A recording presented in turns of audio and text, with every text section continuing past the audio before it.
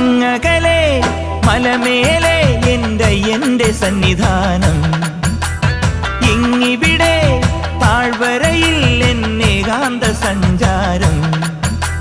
ശരണം ശരണം എന്റെ സ്വാമി, എന്റെ വിളിയൊന്നു കേൾക്കെന്റെ സ്വാമി. ഇരുമുടിയേൽക്കൂ സ്വാമി, എന്റെ പാദങ്ങൾ നോവുകയല്ലോ. കാടിന്നിരുൾ മുടിയാകെ മലങ്കാറ്റേ തുലയുകയാ. കാട്ടാനകളുടെ മേട്ടി കരിമ്പുലിയുടെ മൂളൽ